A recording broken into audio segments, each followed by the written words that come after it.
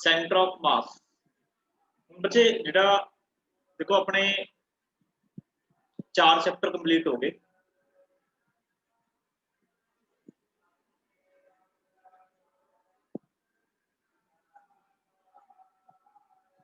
Fourth chapter साडा इस तो पहला वर्क एनर्जी पावर सीगा, ठीक है। थर्ड जिहड़ा साडा चैप्टर सीगा वो सीगा एनएलएम। जिहड़ा साडा सैकंड चैप्टर सीगा वो सीगा काइनेमैटिक्स।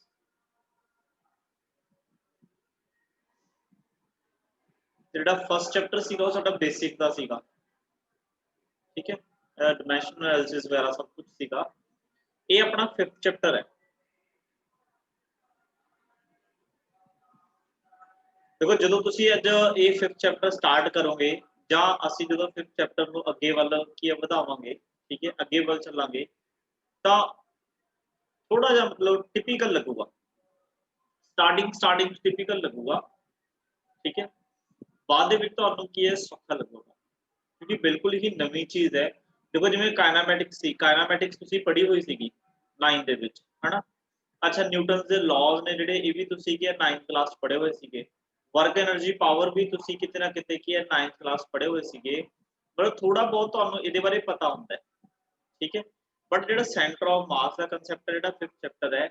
ਇਹਦੇ ਬਾਰੇ ਤੁਹਾਨੂੰ कुछ भी नहीं पता, मैं ये मान के चल रहे हैं, ठीक है। जो पता होगा तो वैल एंड गुड है,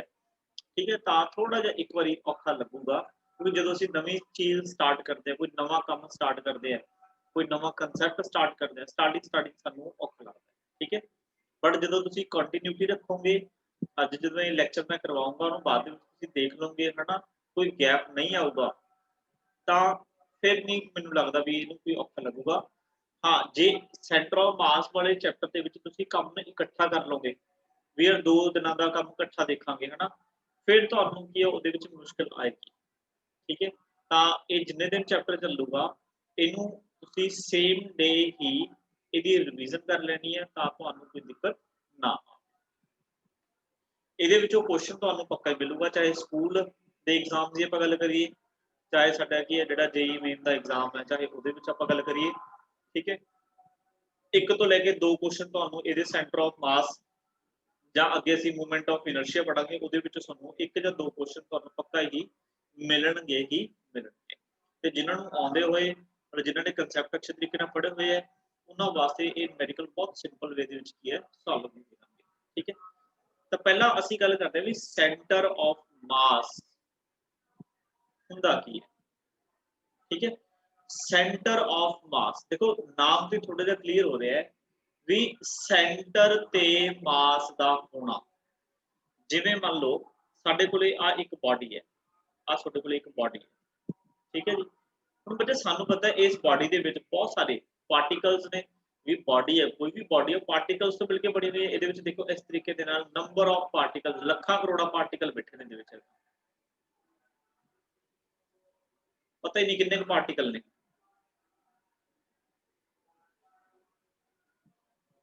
ਅਸੀਂ अंदाजा नहीं लगा सकते, ठीक है। हुण जे मैं तुहानूं कहा भी ये 1 करोड़ पार्टिकल ने, कितने ने 1 करोड़ पार्टिकल ने,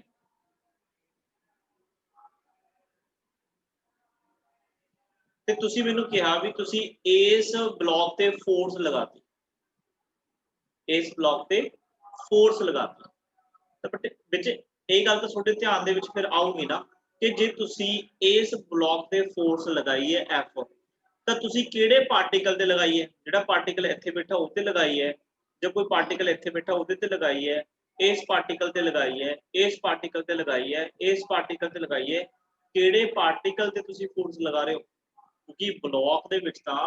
जिहड़ी बॉडी है इहदे विच नंबर ऑफ पार्टिकल्स बैठे हैं। तो सानू इहदे विच दिक्कत आ रही सी क्योंकि हुण तक असीं पता की पढ़िया सी, हुण तक असीं पढ़दे आ रहे सी जिवें असीं काइनेमैटिक्स पढ़िया सी भी एक आह पॉइंट साइज बॉडी है, ਉਹਦੇ ਵਿੱਚ ਅਸੀਂ ਕੀ ਲਿਖਦੇ ਸੀ ਪੁਆਇੰਟ ਸਾਈਜ਼ ਬॉडी, ਹਰ ਇੱਕ ਬॉडी ਨੂੰ ਕੀ ਮੰਨਦੇ ਸੀ ਪੁਆਇੰਟ ਸਾਈਜ਼। ਜਿਵੇਂ ਨਿਊਟਨਸ ਲਾਅ ਅਸੀਂ ਪੜ੍ਹੇ ਨੇ ਉਹਦੇ ਵਿੱਚ ਵੀ ਇੱਕ ਮੈਂ ਤੁਹਾਨੂੰ ਕਿਹਾ ਸੀ ਫ੍ਰੀ ਬॉडी ਡਾਇਗਰਾਮ ਅਸੀਂ ਬਣਾਉਂਦੇ ਸੀ, ਹਨਾ। ਅਸੀਂ ਕਹਿੰਦੇ ਸੀ ਪੁਆਇੰਟ ਸਾਈਜ਼ ਇੱਕ ਬॉडी ਹੈ, ਇਸ ਪੁਆਇੰਟ ਸਾਈਜ਼ ਬॉडी ਦੇ ਵਿੱਚ ਤੁਸੀਂ ਕੀ ਇੱਕ ਫੋਰਸ ਲਗਾਈ F,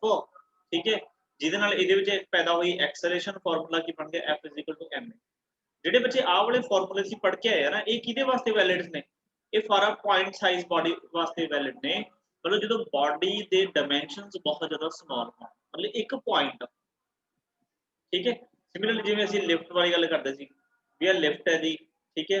ਇਹਦੇ ਵਿੱਚ ਇੱਕ ਪਰਸਨ ਖੜਾ ਹੈਗਾ, ਉਹਦਾ weight ਡਾਊਨਵਰਡ ਲੱਗਦਾ ਹੈ, ਠੀਕ ਹੈ, ਉਹਦਾ ਨਾਰਮਲ ਰਿਐਕਸ਼ਨ n। ਫਿਰ ਮੈਂ ਤੁਹਾਨੂੰ ਕਹਿੰਦਾ ਇਹਨੂੰ ਫ੍ਰੀ ਬॉडी ਡਾਇਗਰਾਮ ਬਣਾ ਲਓ, ਮਤਲਬ ਇੱਕ ਪਰਸਨ ਨੂੰ ਕੀ ਮੰਨ ਲਓ ਇੱਕ ਪੁਆਇੰਟ, ਤੇ ਇਹ ਪੁਆਇੰਟ ਦਾ weight ਲੱਗਦਾ ਸੀ mg ਡਾਊਨਵਰਡ, ਉੱਪਰ ਕੀ ਲੱਗਦਾ ਸੀ ਨਾਰਮਲ ਰਿਐਕਸ਼ਨ, ਐਵੇਂ ਲੱਗਦਾ ਸੀ ਨਾ।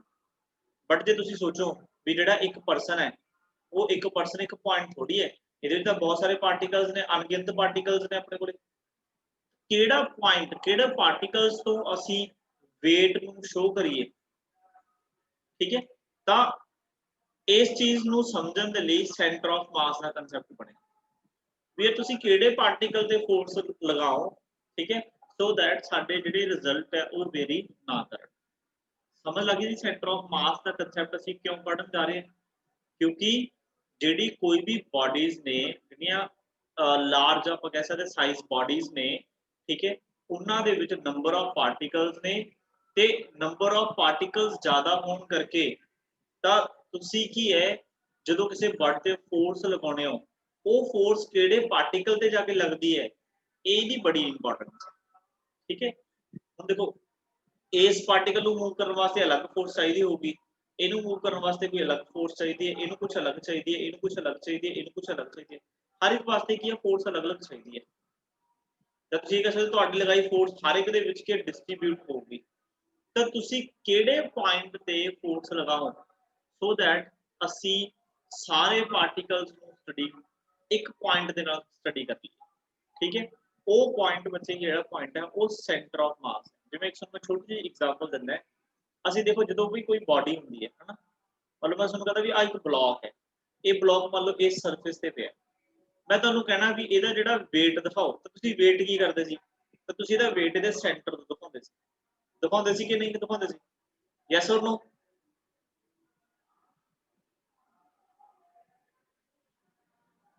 ਬੱਚੇ ਨਾਲ ਥੋੜਾ ਜਿਹਾ Yes, ਬੋਲਣਾ sir. ਸਟਾਰਟ ਕਰੋਗੇ? ਹਾਂਜੀ ਦਿਖਾਉਂਦੇ Yes, ਨਾ? sir. ਹਾਂ ਵੈਰੀ ਗੁੱਡ। ਅੱਛਾ ਕਦੇ ਇਹ ਤੁਸੀਂ ਸੋਚੇ ਵੀ ਅਸੀਂ ਮਤਲਬ ਸੈਂਟਰ ਤੋਂ ਕੀ ਦਿਖਾ ਰਹੇ ਹਾਂ, ਅਸੀਂ ਇੱਥੋਂ ਕਿਉਂ ਨਹੀਂ ਦਿਖਾ ਸਕਦੇ?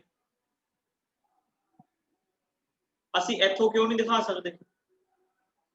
ਹਮੇਸ਼ਾ ਸਾਨੂੰ ਸੈਂਟਰ ਤੋਂ ਹੀ ਕਿਉਂ ਸਿਖਾਇਆ ਜਾਂਦਾ ਹੈ? ਜਿਵੇਂ ਮੰਨ ਲਓ ਇੱਕ ਬॉडी ਹੈ, ਆ ਬॉडी ਦਾ ਅਸੀਂ weight ਤੇ ਲਿਖਣਾ ਹੋਵੇ ਤਾਂ ਤੁਸੀਂ ਐਂ ਬਣਾਓਗੇ mg, ਤੁਸੀਂ ਕਦੇ ਵੀ ਐਵੇਂ ਨਹੀਂ ਬਣਾਉਂਦੇ, ਆ ਕਦੇ ਵੀ ਨਹੀਂ ਬਣਾਇਆ ਸੀ, ਹਮੇਸ਼ਾ ਅਸੀਂ ਸੈਂਟਰ ਤੋਂ ਹੀ ਬਣਾਉਣੇ। ਕਿਉਂ ਬਣਾਉਣੇ ਬੱਚੇ? ਕਿਉਂਕਿ ਅਸੀਂ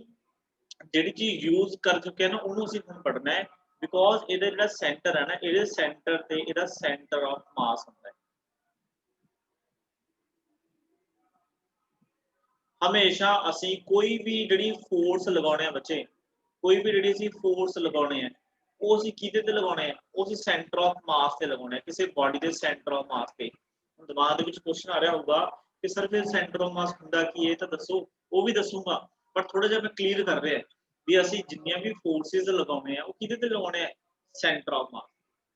ਸੈਂਟਰ ਆਫ ਮਾਸ ਬੱਚੇ ਇੱਕ ਅਜਿਹਾ ਪੁਆਇੰਟ ਹੈ, ਅਗਰ ਤੁਸੀਂ ਇਹਦੇ ਤੇ ਫੋਰਸ ਲਗਾਓਗੇ ਤਾਂ ਤੁਸੀਂ ਪੂਰੀ ਦੀ ਪੂਰੀ ਬॉडी ਦੀ ਸਟੱਡੀ ਕਰ ਰਹੇ ਹੋ, ਮਤਲਬ ਫਿਰ ਤੁਹਾਨੂੰ ਕੱਲੇ-ਕੱਲੇ ਪਾਰਟੀਕਲ ਤੇ ਅਲੱਗ-ਅਲੱਗ ਫੋਰਸ ਲਗਾ ਕੇ ਦੇਖਣ ਦੀ ਲੋੜ ਨਹੀਂ ਹੈਗੀ। ਮੰਨ ਲਓ ਜਿਵੇਂ ਆ ਇੱਕ ਮੰਨ ਲਓ ਬॉडी ਹੈ, ਇਰੈਗੂਲਰ ਸ਼ੇਪ ਦੀ ਬॉडी ਹੈ ਮੰਨ ਲਓ, ਠੀਕ ਹੈ, ਇੱਕ ਪਾਰਟੀਕਲ ਇਹਦਾ ਇੱਥੇ ਬੈਠਾ ਹੈ, ਇੱਕ ਪਾਰਟੀਕਲ ਇੱਥੇ ਬੈਠਾ ਹੈ, ਇੱਕ ਪਾਰਟੀਕਲ ਇੱਥੇ ਬੈਠਾ ਹੈ, ਇੱਕ ਪਾਰਟੀਕਲ ਇੱਥੇ ਬੈਠਾ ਹੈ, ਇੱਕ ਪਾਰਟੀਕਲ ਇੱਥੇ ਬੈਠਾ ਹੈ, ਮਤਲਬ ਜਿਵੇਂ 1 2 3 4 ਮਤਲਬ 5 ਪਾਰਟੀਕਲ ਬੈਠੇ ਹੈ, ਠੀਕ ਹੈ। ਅੱਛਾ ਇਹਨਾਂ ਨੂੰ ਮੂਵ ਕਰਾਉਣ ਵਾਸਤੇ ਮੰਨ ਲਓ ਤੁਸੀਂ ਇਹ ਤੇ ਵੀ ਫੋਰਸ ਲਾਈ ਕੋਈ F1, ਇਹ ਤੇ ਫੋਰਸ ਲਾਤੀ F2, ਇਹ ਤੇ ਫੋਰਸ ਲਾਤੀ F3, ਇਹ ਤੇ ਫੋਰਸ ਲਗਾਤੀ F4, ਇਹ ਤੇ ਲਗਾਤੀ F5, ਕੱਲੇ-ਕੱਲੇ ਪਾਰਟੀਕਲ ਲਗਾਤੀ। ਇੱਕ ਇਹਨਾਂ ਦਾ ਸਿੱਧਾ ਕੀ ਹੈ ਤੇ ਸੈਂਟਰ ਆਫ ਮਾਸ ਹੋਊਗਾ, ਸਪੋਜ਼ ਇੱਥੇ ਹੈ, ਇੱਥੇ ਹੋਊਗਾ ਸੈਂਟਰ ਆਫ ਮਾਸ। ਅਗਰ ਤੁਸੀਂ ਇਸ ਤੇ ਫੋਰਸ ਲਗਾ ਦੋ ਇੱਕ, ਤਾਂ ਤੁਹਾਡੀ ਇਹ ਵਾਲੀ ਫੋਰਸ ਦਾ ਰਿਜ਼ਲਟ ਤੇ ਇਹਨਾਂ ਸਾਰੀਆਂ ਫੋਰਸਿਸ ਦੇ ਸਮ ਦਾ ਰਿਜ਼ਲਟ ਸੇਮ ਆਊਗਾ। मतलब F है जेड़ा वो की होगा F1 plus F2 plus F3 plus F4 plus की होगा F5। ਤਾਂ ਦੇਖੋ ਜੇ ਅਸੀਂ ਕੱਲੇ-ਕੱਲੇ ਪਾਰਟੀਕਲ ਨੂੰ ਬੱਚੇ ਸਟੱਡੀ ਕਰਨ ਬੈਠ ਜਾਈਏ ਤਾਂ ਸਾਡੇ ਲਈ ਸੋਚ ਕੇ ਦੇਖੋ ਵੀ ਕਿੰਨਾ ਟਿਪੀਕਲ ਟਾਸਕ ਹੋਊਗਾ। ਇੱਕ ਬਾਡੀ ਦੇ ਵਿੱਚ ਲੱਖਾਂ ਕਰੋੜਾਂ ਪਾਰਟੀਕਲ ਬੈਠੇ ਆ, ਇਹਦਾ ਮਤਲਬ ਤੁਹਾਨੂੰ ਲੱਖਾਂ ਕਰੋੜਾਂ ਪਾਰਟੀਕਲਸ ਨੂੰ ਸਟੱਡੀ ਕਰਨਾ ਪਊਗਾ। ਕੀ ਉਹ ਚੀਜ਼ ਵਧੀਆ ਹੈ ਕਿ ਇਹ ਵਧੀਆ ਵੀ ਲੱਖਾਂ ਕਰੋੜਾਂ ਪਾਰਟੀਕਲ ਦੀ ਬਜਾਏ ਇੱਕ ਅਜਿਹੇ ਕੀ ਹੈ ਪੁਆਇੰਟ ਨੂੰ ਸਟੱਡੀ ਕਰ ਲਓ ਜਿਹਦੇ ਨਾਲ ਪੂਰੀ ਬਾਡੀ ਦੀ ਸਟੱਡੀ ਹੋ ਜਾਏ। ਕਿਹੜਾ ਕੰਮ ਸੌਖਾ ਲੱਗਦਾ ਹੈ?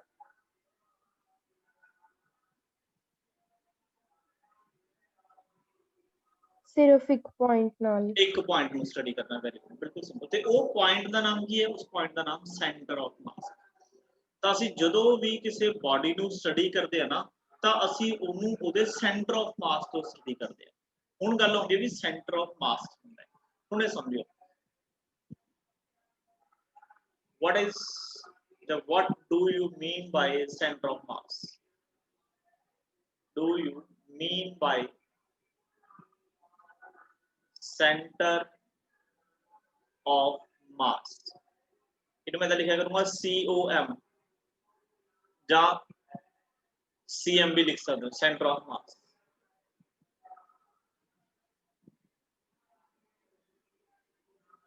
सेंटर ऑफ मास ਤਾਂ ਬੱਚੇ ਸੈਂਟਰ ਆਫ ਮਾਸ ਕੀ ਹੈ? ਇਟ ਇਜ਼ ਅ ਪੁਆਇੰਟ, ਧਿਆਨ ਨਾਲ ਸੁਣਿਓ, ਰੱਟਾ ਨਾ ਲਗਾਇਓ। It is a point inside or outside the body.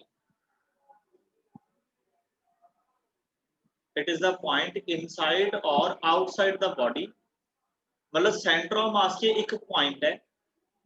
चाहे तो बॉडी के इनसाइड होवे, मतलब बॉडी के जदा अंदर हो सकता है, जब बॉडी के बाहर भी हो सकता है, इनसाइड और outside the body, where it is a point inside or outside the body where whole mass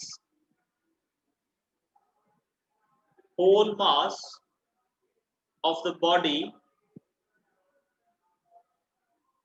is supposed to be concentrated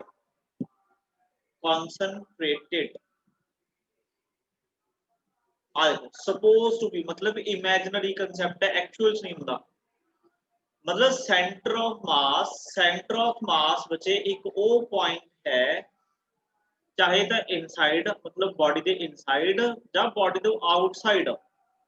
जिथे असी होल मास मतलब पूरी बॉडी का मास मन लेने, सपोज कर लेने टू बी कंसनट्रेट होया होया। मतलब पूरी बॉडी का जिहड़ा मास है उन्होंने असी एक पॉइंट ते मान लेना भी आ एक पॉइंट है जिथे पूरी पूरी बॉडी का मास की है रखा हुआ। उस पॉइंट को असी की बोलते हैं सेंटर ऑफ मास। ठीक है जी, it is a point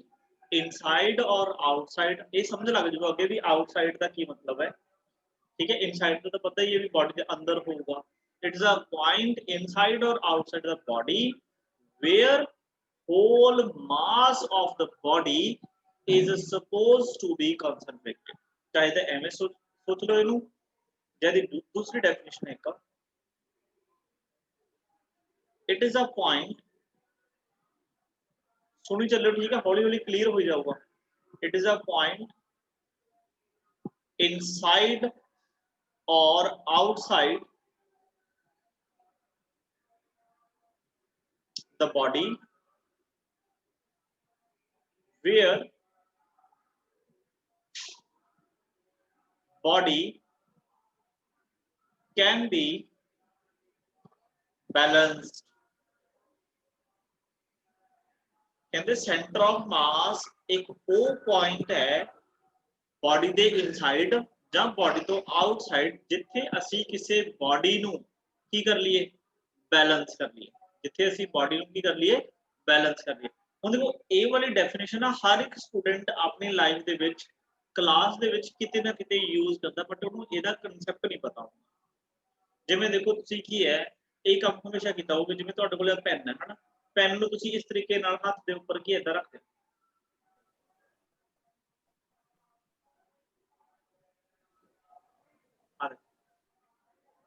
uh pen की है देखो मेरी फिंगर से की है बैलेंस हो गया। ਜਿਹੜੇ ਪੁਆਇੰਟ ਤੇ ਇਹ ਬੈਲੈਂਸ ਹੋਇਆ ਹੋਇਆ ਹੈ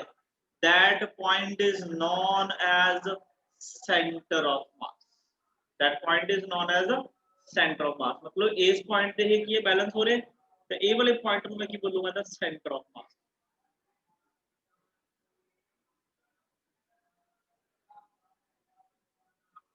तन्वी थोड़ा ज्वाइन हो गई।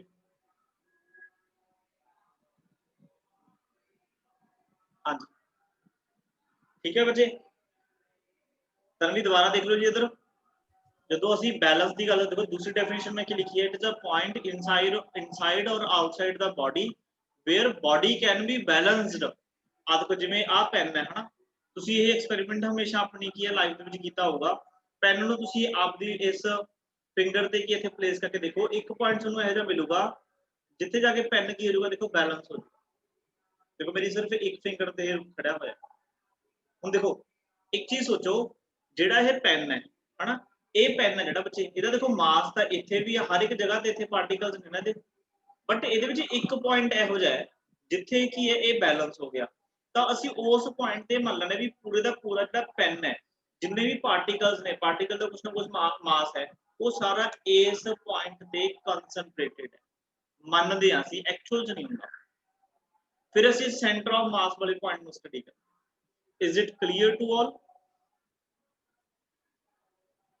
Yes sir. Yes, sir. ठीक है जी। आ देखो मैं थोड़ा जिहा होर Sir, please, थोड़ा हाँ जी हेलो सर। हाँ जी सर प्लीज थोड़ा ਜਿਹਾ ਮੂਹਰੇ ਦੱਸ ਦਿਓ ਸਰ, ਮੈਂ ਹੁਣ ਕਲਾਸ ਜੁਆਇਨ ਕਰੀ ਸੀ, ਉਹ ਫੋਨ ਅਵੇਲੇਬਲ ਨਹੀਂ ਸੀ। ਲੇਟ ਹੋ ਗਏ ਤੁਸੀਂ? ਹਾਂਜੀ ਸਰ, ਹਾਂਜੀ ਕੋਈ ਸਰ, ਗੱਲ ਦੋ ਥੋੜਾ ਜਿਹਾ ਮੂਹਰੇ ਦੱਸ ਦਿਓ ਜੀ। हाँ जी हाँ जी मैं दस दिना। आ देखो मैं की कह रहा हाँ, आ देखो मान लो जिवें पेन है इत्थे बना रहे मैं, आ देखो मान लो इधर पेन है। ध्यान ਨਾਲ देखो ਇਹ ਨਾ ਚੈप्टर विजुअलाइजेशन चैप्टर है, ਜਦੋਂ ਇਹਨੂੰ ਪ੍ਰੋਪਰ ਵਿੱਚ ਵਿਜ਼ੂਅਲਾਈਜ਼ ਕਰੋਗੇ ਵੀ ਹਾਂ ਯਾਰ ਇਦਾਂ ਦੀ ਗੇਮ ਚੱਲਦੀ ਹੈ, ਫਿਰ ਸਮਝ ਲੱਗੂਗਾ। ਹੁਣ ਇਹ ਪੈਨ ਦੇ ਵਿੱਚ ਬੱਚੇ ਦੇਖੋ ਕੀ ਹੈ, ਪ੍ਰੋਪਰ ਤਾਂ ਨਹੀਂ ਆਪਾਂ ਦਿਖਾ ਸਕਦੇ, ਪਰ ਮੈਂ ਤੁਹਾਨੂੰ ਵਿਜ਼ੂਅਲਾਈਜ਼ ਕਰਨ ਦੀ ਕੋਸ਼ਿਸ਼ ਕਰੂੰਗਾ ਕਿ ਇਦਾਂ ਪਾਰਟੀਕਲਸ ਪਏ ਹੋਣੇ ਆ, ਇਦਾਂ ਇਦਾਂ ਪਾਰਟੀਕਲਸ ਪਏ।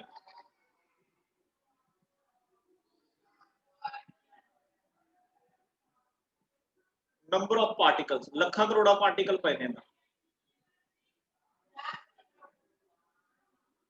ठीक है जी। ਤੇ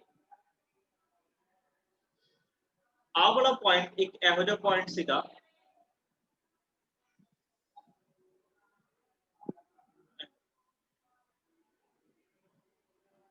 ਇਹ ਵਾਲਾ ਪੁਆਇੰਟ ਇੱਕ ਅਜਿਹਾ ਪੁਆਇੰਟ ਹੈ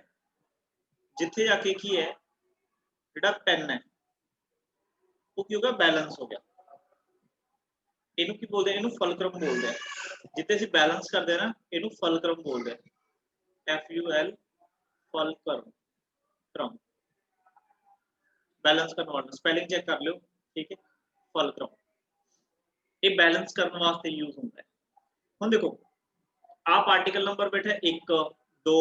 3 4 5 6 7 अप टू 100 पता ही नहीं, मान लो इनफाइनाइट की पार्टिकल्स ने, ते एक पार्टिकल का सपोज जो मास है वो m है, ठीक है। तो इनफाइनाइट पार्टिकल्स ने हरेक का मास m होगा। ਤਾਂ ਅਸੀਂ ਬੱਚੇ ਕੀ ਹੈ, ਦੇਖੋ ਕੱਲੇ ਕੱਲੇ ਪਾਰਟੀਕਲ ਨੂੰ ਸਟੱਡੀ ਕਰਨ ਦੀ ਬਜਾਏ ਮੈਂ ਇਸ ਪੈਨ ਨੂੰ ਸਟੱਡੀ ਕਰਨਾ ਚਾਹੁੰਦਾ। ਮੈਂ ਚਾਹੁੰਦਾ ਵੀ ਜਦੋਂ ਮੈਂ ਪੈਨ ਤੇ ਇਸ ਪੈਨ ਤੇ ਮਤਲਬ ਮੈਂ ਫੋਰਸ ਲਗਾਵਾਂ, ਕੋਈ ਇੱਕ ਪੁਆਇੰਟ ਮੈਨੂੰ ਇਹੋ ਜਿਹਾ ਮਿਲ ਜੇ ਜਿੱਤੇ ਮੈਂ ਜੇ ਫੋਰਸ ਲਗਾਦਾ ਤਾਂ ਪੂਰੇ ਦਾ ਪੂਰਾ ਪੈਨ ਹੈ ਜਿਹੜਾ ਉਹ ਮੂਵ ਕਰੇ, ਤੇ ਪੂਰੇ ਦੇ ਪੂਰੇ ਪੈਨ ਨੂੰ ਦੇ ਪਾਰਟੀਕਲਸ ਨੂੰ ਸਾਨੂੰ ਸਟੱਡੀ ਕਰਨ ਦੀ ਲੋੜ ਨਾ, ਮਤਲਬ ਸੇਮ ਰਿਜ਼ਲਟ ਮਿਲੇ। ਤਾਂ ਬੱਚੇ ਜਿਹੜੇ ਪੁਆਇੰਟ ਤੇ ਬੈਲੈਂਸ ਹੋ ਗਿਆ ਨਾ, ਆਹ ਵਾਲਾ ਪੁਆਇੰਟ, ਇਹ ਵਾਲਾ ਪੁਆਇੰਟ जिथे बैलेंस हो गया,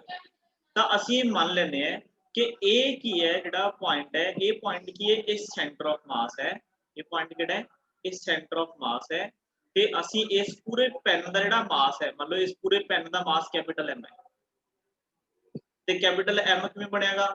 पहले पार्टिकल का मास, दूजे पार्टिकल का मास, तीजे पार्टिकल का मास, अप टू 100 इनफाइनाइट जिहड़े पार्टिकल्स ने उन्हां दा मास नूं ऐड करके कैपिटल M बने। ਤੇ ਇਸ m ਨੂੰ ਅਸੀਂ ਮੰਨ ਲੈਣੇ ਵੀ ਉਹ ਕਿੱਥੇ ਪ੍ਰੈਜ਼ੈਂਟ ਹੈ, ਉਹ ਤਾਂ ਹੀ ਦੇਖੋ ਹਮੇਸ਼ਾ ਸੋਚ ਕੇ ਦੇਖੋ, ਅਸੀਂ ਕੀ ਕਹਿੰਦੇ ਹੁੰਦੇ ਸੀ ਵੀ ਜੀ ਇੱਕ ਆ ਬਾਡੀ ਹੈ, ਇਹ ਬਾਡੀ ਦਾ ਮਾਸ m ਹੈ, ਠੀਕ ਹੈ। ਤੇ ਇਹਦੇ ਸੈਂਟਰ ਤੋਂ ਤੁਸੀਂ ਕੀ ਲਗਾਉਂਦੇ ਸੀ ਫੋਰਸ ਐਂ ਕੁਐਸਚਨ ਕੀਤੇ ਹੋਏ ਨਾ ਨਿਊਟਨ ਦੇ ਲਾਅ ਦੇ ਵਿੱਚ ਐਵੇਂ ਕੁਐਸਚਨ ਕਰਕੇ ਆਏ ਆ ਵਰਕ એનર્ਜੀ ਪਾਵਰ 'ਚ ਵੀ ਕੁਐਸਚਨ ਐਵੇਂ ਕਰਕੇ ਆਏ ਆ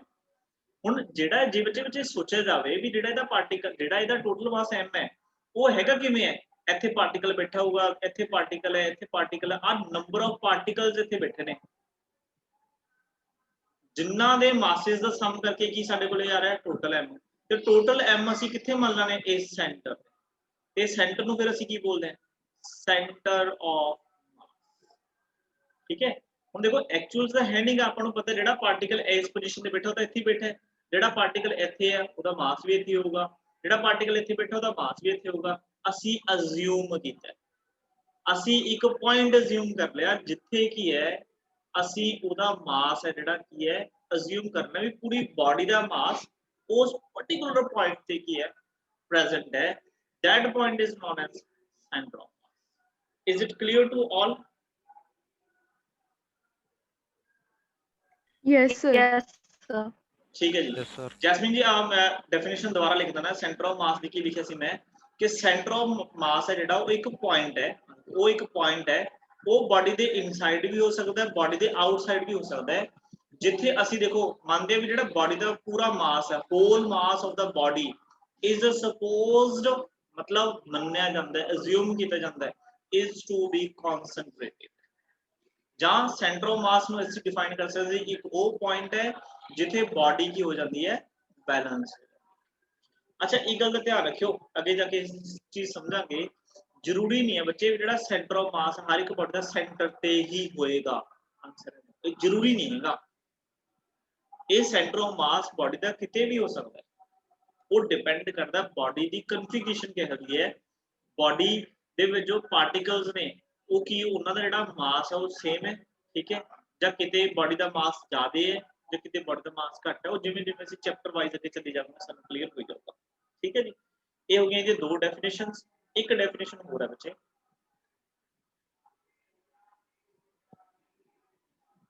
सेंटर ऑफ मास की है इट इज अ पॉइंट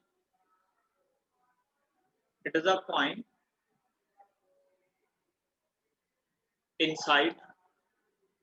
और outside the body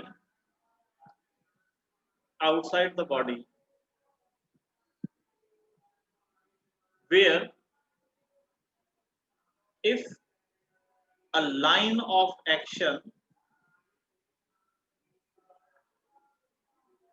it is a point inside or outside the body from where if a line of action if a line of action is passed then body shows translation motion otherwise it rotate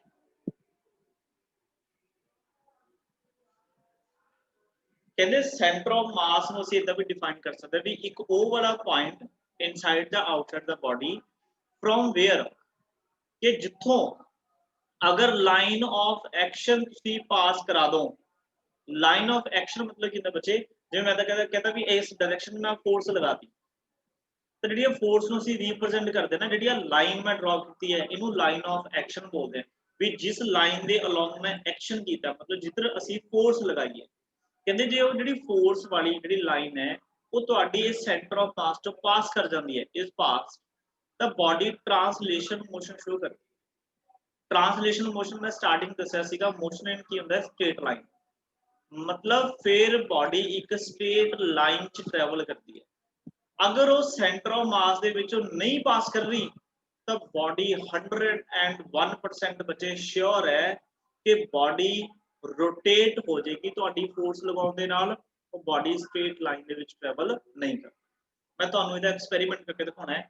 तुहाडे कोल फटाफट कोई copy वगैरह पई होगी ਉਹਨੂੰ copy ਨੂੰ ਤੁਸੀਂ ਆਪਣੇ ਕੋਈ ਟੇਬਲ ਤੇ ਰੱਖ ਲਓ ਠੀਕ ਹੈ ਮੈਂ ਇੱਥੇ ਉਹਨੂੰ ਬਣਾ ਰਿਹਾ ਤੁਸੀਂ ਦੇਖੋ ਉਸ ਐਕਸਪੈਰੀਮੈਂਟ ਨੂੰ ਖੁਦ ਪਰਫਾਰਮ ਕਰਕੇ ਦੇਖੋ ਤੁਹਾਨੂੰ ਪਤਾ ਲੱਗ ਜਾਊਗਾ ਮੰਨ ਲਓ ਜਿਵੇਂ ਤੁਹਾਡੀ ਕਾਪੀ ਹੈ ਠੀਕ ਹੈ ਜੀ ਇਸ ਕਾਪੀ ਨੂੰ ਬੱਚੇ ਤੁਸੀਂ ਕੀ ਕਰੋ ਮੰਨ ਲਓ ਜਿਵੇਂ ਐਦਾਂ ਤੁਸੀਂ ਕਾਪੀ ਰੱਖੀ ਹੈ ਠੀਕ ਹੈ ਐਦਾਂ ਦੇ ਫੋਰਸ ਲਗਾਉਣੇ ਆ ਠੀਕ ਹੈ ਇਹਦੇ ਨਾਲ ਇਸ ਸਾਈਡ ਤੇ ਜਿੱਥੇ ਮੈਂ ਕਹੂੰਗਾ ਇਹਦੇ ਇਸ ਸਾਈਡ ਤੇ ਤੁਸੀਂ ਫੋਰਸ ਲਗਾਓ ਅੰਦਰ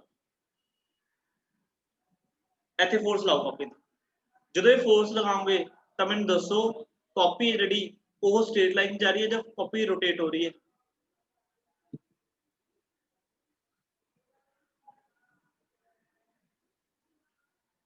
शुभ करमन कह रहा है रोटेट हो रहा है हाँ वेरी गुड रोटेट हो रही है वेरी गुड चलो ठीक है जी हुण ऐ करो हुण जिहड़ी फोर्स है ना तुसी इस साइड लगाओ इत्थे फिर देखो की होगा सर रोटेट वेरी गुड हुण बिल्कुल ना कॉपी दे बिल्कुल सेंटर दे फोर्स लगाओ इत्थे स्ट्रेट जाएगी हाँ स्ट्रेट जा रही है इहदा मतलब फर्क है ना इहदा मतलब फर्क है अच्छा चलो होर देखते हैं अच्छा तुसी इत्थे फोर्स लगाओ कॉपी दे इस साइड ते फोर्स लगाओ तो की हो रहा रोटेट रोटेट अच्छा इस जगह ते फोर्स लगाओगे फिर rotate rotate sir very good बिल्कुल सेंटर ते लगा के देखो स्ट्रेट वेरी गुड स्ट्रेट ਇਹਦਾ मतलब बच्चे जी मैं हुण सारियां मतलब ਜਿਹੜੀਆਂ फोर्सेस ਅਸੀਂ ਲਗਾਈਆਂ ਸੀ ਹਨਾ ਮੈਂ ਉਹ ਬਣਾਵਾਂ ਆ ਦੇਖੋ ਇਦਾਂ ਤੁਸੀਂ ਫੋਰਸ ਲਗਾਈ ਫਿਰ ਇੱਥੇ ਫੋਰਸ ਲਗਾਈ ਫਿਰ ਤੁਸੀਂ ਇਸ ਜਗ੍ਹਾ ਤੇ ਫੋਰਸ ਲਗਾਈ ਸੈਂਟਰ ਤੇ ਹਨਾ ਤਾਂ ਜਿਹੜੀ ਸੈਂਟਰ ਵਾਲੀ ਫੋਰਸ ਸੀਗੀ ਆਹ ਵਾਲੀ ਇਹਦੇ ਨਾਲ ਕੀ ਹੈ ਲੀਨੀਅਰ ਮੋਸ਼ਨ ਆਇਆ ਮਤਲਬ ਸਟ੍ਰੇਟ ਲਾਈਨ ਮੋਸ਼ਨ ਆਇਆ ਇਹਦੇ ਕਰਕੇ r ਲਿਖ ਦੇਣਾ ਮੈਂ ਮਤਲਬ ਰੋਟੇਸ਼ਨ ਹੋਈ ਇਹਦੇ ਕਰਕੇ ਵੀ ਕੀ ਹੋਈ ਹੈ ਰੋਟੇਸ਼ਨ ਇਹਦੇ ਕਰਕੇ ਵੀ ਕੀ ਹੋਈ ਹੈ रोटेशन ਇਹਦੇ ਕਰਕੇ ਕੀ ਹੈ ਸਟ੍ਰੇਟ ਲਾਈਨ ਮੋਸ਼ਨ ਮਤਲਬ ਲੀਨੀਅਰ ਮੋਸ਼ਨ ਇਹਦੇ ਕਰਕੇ ਕੀ ਹੈ ਰੋਟੇਸ਼ਨ ਐ ਹੋਇਆ ਨਾ ਹੁਣ ਅਗਰ ਅਸੀਂ ਨਾ ਲਾਈਨ ਆਫ ਐਕਸ਼ਨਸ ਨੂੰ ਕੀ ਹੈ ਇਦਾਂ ਡਰਾ ਕਰੀਏ ਮਤਲਬ ਆਹ ਵਾਲੀ ਤੁਹਾਡੀ ਲਾਈਨ ਆਫ ਐਕਸ਼ਨ ਹੈ ਠੀਕ ਹੈ ਇਹਦੇ ਵਿੱਚ ਤੁਹਾਡੀ ਆਹ ਲਾਈਨ ਆਫ ਐਕਸ਼ਨ ਹੈ ਠੀਕ ਹੈ ਇਹਦੇ ਵਿੱਚ ਤੁਹਾਡੀ ਆਹ ਵਾਲੀ ਲਾਈਨ ਆਫ ਐਕਸ਼ਨ ਇਹਦੇ ਵਿੱਚ ਤੁਹਾਡੀ ਆਹ ਵਾਲੀ ਲਾਈਨ ਆਫ ਐਕਸ਼ਨ ਇਹਦੇ ਵਿੱਚ ਤੁਹਾਡੀ ਆਹ ਲਾਈਨ ਆ ਦੇਖੋ ਬੱਚੇ आ जिहड़ा पॉइंट है ना ये पॉइंट कॉपी दा सेंटर ऑफ मास है मैं की दिखाया सी डेफिनेशन अगर तुहाडी लगाई फोर्स इस कॉपी दे सेंटर ऑफ मास दे विचों पास करूगी देखो आ वाली फोर्स है जां आ वाली फोर्स है बाकी दी कोई भी फोर्स तुसीं चेक कर लो वो इहदे सेंटर ऑफ मास दे विचों की है पास नहीं करती इसे करके वो रोटेट हो रही है जेडी लाइन सेंटर ऑफ मास तो की है पास करूगी ਉਹ ਲਾਈਨ ਬੱਚੇ ਕੀ ਹੋਗੀ ਉਹ ਲਾਈਨ that means ਉਹ ਲਾਈਨ ਦੇ ਨਾਲ ਮਤਲਬ ਉਹ ਫੋਰਸ ਦੇ ਨਾਲ ਬਾਡੀ ਦੇ ਵਿੱਚ ਕੀ ਪੈਦਾ ਹੋਊਗਾ ਟ੍ਰਾਂਸਲੇਸ਼ਨ ਮੋਸ਼ਨ ਡੈਫੀਨੇਸ਼ਨ ਦੁਬਾਰਾ ਪੜੋ ਤੇ ਸਮਝੋ it is a point inside or outside the body from where if a line of action is passed then body shows translation motion otherwise it rotates is it clear to all yes sir ਹੁਣ ਦੇਖੋ ਦਿਮਾਗ ਚ ਆ ਰਿਹਾ ਨਾ ਵੀ sir ਤੁਹਾਨੂੰ ਵੀ ਪਤਾ ਲੱਗ ਗਿਆ ਵੀ ਇਹਦਾ ਸੈਂਟਰ ਆਫ ਮਾਸ ਇੱਥੇ ਹਨਾ ਇਹਦੇ ਵੀ ਤਰੀਕੇ ਨੇ ਜਿਵੇਂ ਇੱਕ ਮੈਂ ਤੁਹਾਨੂੰ ਤਰੀਕਾ ਦੱਸਿਆ ਬੈਲੈਂਸ ਵਾਲਾ ਵੀ ਇੱਕ ਉਹ ਪੁਆਇੰਟ ਜਿੱਥੇ ਤੁਸੀਂ ਇਹਨੂੰ ਬੈਲੈਂਸ ਕਰ ਸਕਦੇ ਹੋ ਹਨਾ ਤੁਹਾਡੇ ਕੋਲ ਕਾਪੀ ਹੈ ਨਾ ਕਾਪੀ ਨੂੰ ਤੁਸੀਂ ਮੰਨ ਲਓ ਜਿਵੇਂ ਆ ਮੋਬਾਈਲ ਤੇ ਆਣਾ ਠੀਕ ਹੈ ਮੰਨ ਲਓ ਇਹਨੂੰ ਕਾਪੀ ਹੈ ਕਾਪੀ ਨੂੰ ਤੁਸੀਂ ਕੀ ਇਸ ਤਰੀਕੇ ਨਾਲ ਇਸ ਫਿੰਗਰ ਤੇ ਕੀ ਇੱਥੇ ਬੈਲੈਂਸ ਕਰਕੇ ਦੇਖੋ ਉੱਥੇ ਬੈਲੈਂਸ ਹੋ ਜੂਗੀ ਜਿਹੜੇ ਪੁਆਇੰਟ ਤੇ ਬੈਲੈਂਸ ਹੋਊਗੀ ਉਹ ਪੁਆਇੰਟ ਜਿਹੜਾ ਹੋਊਗਾ ਉਹ ਪੁਆਇੰਟ ਉਹਦਾ ਸੈਂਟਰ ਆਫ ਮਾਸ ਹੋਊਗਾ ਤੇ ਕਾਪੀ ਦਾ ਸੈਂਟਰ ਆਫ ਮਾਸ ਬਿਲਕੁਲ ਉਹਦੇ ਸੈਂਟਰ ਤੇ ਹੁੰਦਾ ਕਿਉਂ ਹੁੰਦਾ ਕਿਉਂਕਿ ਕਾਪੀ ਦੇ ਵਿੱਚ ਜਿਹੜੀ ਕਾਪੀ ਹੈ ਨਾ ਉਹ ਉਹਦੇ ਵਿੱਚ ਜਿਹੜੇ ਮਾਸਿਸ ਨੇ ਜਿੰਨੇ ਪਾਰਟੀਕਲਸ ਨੇ ਉਹ ਯੂਨੀਫਾਰਮਲੀ ਡਿਸਟ੍ਰੀਬਿਊਟਡ ਹੋਏ ਹੁੰਦੇ ਨੇ ਠੀਕ ਹੈ ਅੱਛਾ ਮੰਨ ਲਓ ਤੁਹਾਡੇ ਕੋਲ ਕੋਈ ਇਰੈਗੂਲਰ ਸ਼ੇਪ ਦੀ ਬਾਡੀ ਪਈ ਹੈ ਮਤਲਬ ਇਦਾਂ ਮੈਂ ਤੁਹਾਨੂੰ ਕਹਾਂ ਯਾਰ ਇਹਦਾ ਸੈਂਟਰ ਆਫ ਮਾਸ ਫਾਈਂਡ ਕਰੋ ਇਹਦਾ ਸੈਂਟਰ ਆਫ ਮਾਸ ਫਾਈਂਡ ਕਰੋ ਤਾਂ ਉਹਦੇ ਲਈ ਤੁਸੀਂ ਜਿਹੜੀ ਮੈਂ ਥਰਡ ਡੈਫੀਨੇਸ਼ਨ ਲਗਾਈ ਨਾ ਸਿਖਾਈ ਹੈ ਲਾਈਨ ਆਫ ਐਕਸ਼ਨ ਦੀ ਤਾਂ ਤੁਸੀਂ ਇਹ ਅਪਲਾਈ ਕਰਕੇ ਦੇਖ ਸਕਦੇ ਹੋ ਦੇਖੋ ਲਾਈਨ ਆਫ ਐਕਸ਼ਨ ਦੇ ਵਿੱਚ ਅਸੀਂ ਇੱਕ ਚੀਜ਼ ਸਿੱਖੀ ਹੈ ਕਿ ਜੇ ਤੁਹਾਡੀ ਲਾਈਨ ਆਫ ਐਕਸ਼ਨ ਦੇ ਨਾਲ ਬਾਡੀ ਸਟ੍ਰੇਟ ਲਾਈਨ ਚ ਪਾਸ ਕਰ ਮਤਲਬ body straight line motion show ਕਰਦੀ ਹੈ that means ਉਹ ਜਿਹੜੀ ਲਾਈਨ ਆਫ ਐਕਸ਼ਨ ਹੈ ਉਹ ਸੈਂਟਰ ਆਫ ਮਾਸ ਤੋਂ ਕੀ ਹੈ ਪਾਸ ਕਰਦੀ ਤਾਂ ਤੁਹਾਨੂੰ ਨਾ ਹਿੱਟ ਐਂਡ ਟ੍ਰਾਇਲ ਮੈਥਡ ਲਗਾਉਣਾ ਪੈਣਾ ਹੈ ਮੰਨ ਲਓ ਤੁਸੀਂ ਫੋਰਸ ਸਪੋਜ਼ ਕਰੋ ਵੀ ਫੋਰਸ ਤੁਸੀਂ ਇੱਥੇ ਲਗਾਈ